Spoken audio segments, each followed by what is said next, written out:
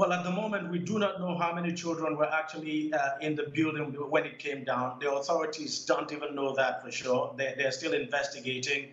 As at the time I left the scene, because I was there earlier, as at the time I left, 25 people had been rescued, most of them children. And the authorities confirmed that 9 persons actually were brought out dead from the it's actually a terrible situation. It's a 3-story building that came down. Now, on the second floor of the building is this school in question. The school is a private school.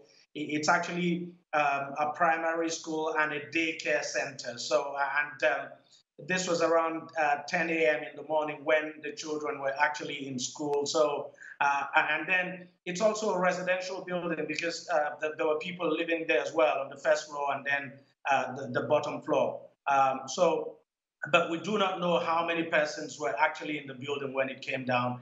That would become known after the authorities would have carried out the investigation. And since you were at the site, what can you tell us about the situation there? We see images of a lot of people going around the building trying to help. Can they help? Well, people have been helping. To be candid, I must tell you that the rescue situation is a bit chaotic. Chaotic in the sense that crowd control at the scene is quite very poor. Too many people living around. That place is actually densely populated. So most of the rescue is done by the first responders, people around the area who are actually helping the official rescue agencies. But the whole process is not well coordinated at all. In any case, people have been brought out. But to be candid, it's a bit chaotic and not organized. The area is densely populated, quite difficult to move in heavy-duty rescue equipment there.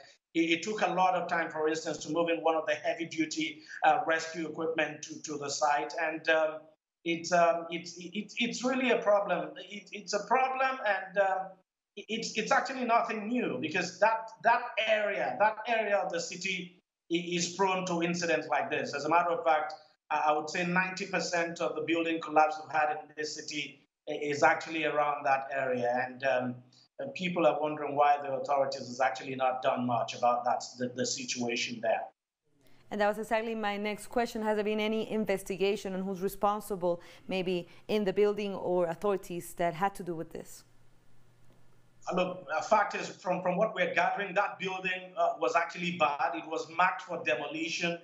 We understand the authorities had actually, that's the building control agency in the city, had marked the building for demolition. Now, why they did not demolish the building is what no one knows, and why people were still making use of the building after it had been marked for demolition is very difficult to tell. But it's actually common.